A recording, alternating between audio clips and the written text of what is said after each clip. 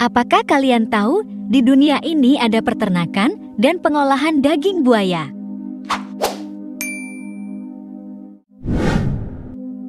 Daging buaya adalah salah satu jenis daging eksotis yang memiliki rasa yang lezat, gurih, dan renyah. Daging buaya juga memiliki kandungan protein, lemak, dan kolesterol yang rendah sehingga baik untuk kesehatan. Ketika sebagian besar pabrik pengolahan daging menggunakan sapi, kambing, atau ayam sebagai bahan pokoknya, ternyata ada sebagian pabrik pengolahan daging yang justru menggunakan daging buaya sebagai bahan utamanya. Buaya yang selama ini dikenal sebagai predator ganas yang sangat berbahaya. Di tempat ini, ia justru dijadikan daging olahan. Buaya-buaya itu dikumpulkan bukan dengan cara diternak seperti halnya sapi, ayam, atau kambing, melainkan dengan cara yang cukup unik dan sangat berbahaya. Proses budidaya buaya dimulai dengan pemilihan indukan yang sehat, subur, dan berkualitas. Indukan buaya harus memiliki ukuran yang cukup besar, yaitu sekitar 2,5 meter untuk jantan dan 2 meter untuk betina. Indukan buaya juga harus memiliki kondisi fisik yang baik, tanpa luka, cacat, atau penyakit. Indukan buaya dapat diperoleh dari alam liar, penangkaran, atau pembelian dari peternak lain. Sebuah perusahaan pengolahan daging buaya di Brazil menurunkan beberapa personilnya untuk mencari sarang buaya guna mengumpulkan telur-telur yang setidaknya dalam satu sarang berisi kurang lebih 20 butir telur. Sebagian dari sarang-sarang itu ada kalanya dibuat terlebih dahulu oleh karyawannya dan sebagiannya memang secara alami dibuat oleh induk buaya. Dalam sehari, para pencari telur buaya ini bisa menemukan antara 100 hingga 200 butir telur buaya. Setelah mendapatkan butir-butir telur buaya, mereka akan membawanya menuju peternakan.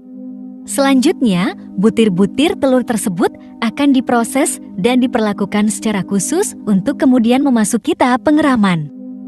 Pada tahap pengeraman, telur-telur tadi akan dimasukkan ke dalam inkubator raksasa agar bisa mengerami telur dengan jumlah yang banyak. Telur-telur ini membutuhkan waktu antara 90 hingga 120 hari sampai mereka bisa menetas. Setelah menetas, buaya-buaya kecil ini akan memasuki proses perawatan. Ketika memasuki proses perawatan, buaya-buaya ini mendapatkan perlakuan sebagaimana hewan-hewan ternak pada umumnya, seperti sapi, ayam, kambing, dan sebagainya. Mereka diberikan makanan yang beragam, yang kaya akan nutrisi seperti daging ayam tanpa tulang, dan sebagainya. Hal ini dilakukan agar buaya-buaya ini memiliki kualitas daging yang baik ketika memasuki tahap pengolahannya. Pada proses perawatan ini, pengusaha telah membangun beberapa kandang untuk menempatkan buaya-buaya kecil sesuai ukuran dan usianya. Selain memudahkan dalam proses memberi makan, buaya-buaya kecil ini mempunyai nafsu makan dan kebutuhan nutrisi yang berbeda-beda bergantung pada ukuran dan usianya. Buaya dewasa tentu membutuhkan lebih banyak makanan dan nutrisi.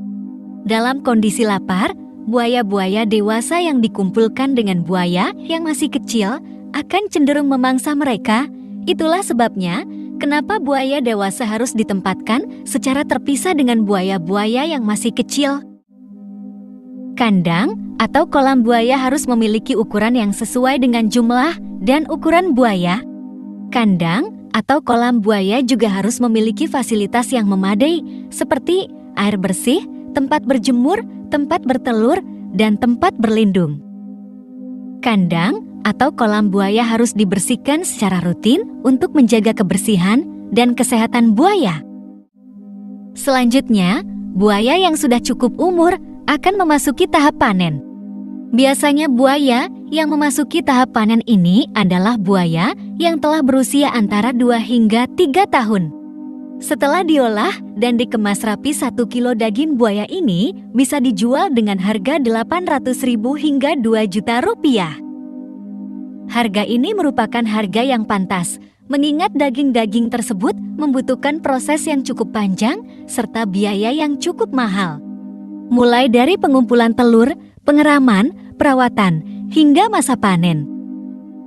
Selain daging, kulit dari buaya itu juga bisa dijual kepada perusahaan-perusahaan besar yang memanfaatkan kulit buaya seperti perusahaan tas, sepatu, dan lain sebagainya. Distribusi ini juga harus memperhatikan permintaan dan persaingan pasar agar daging buaya dapat laku dan menguntungkan.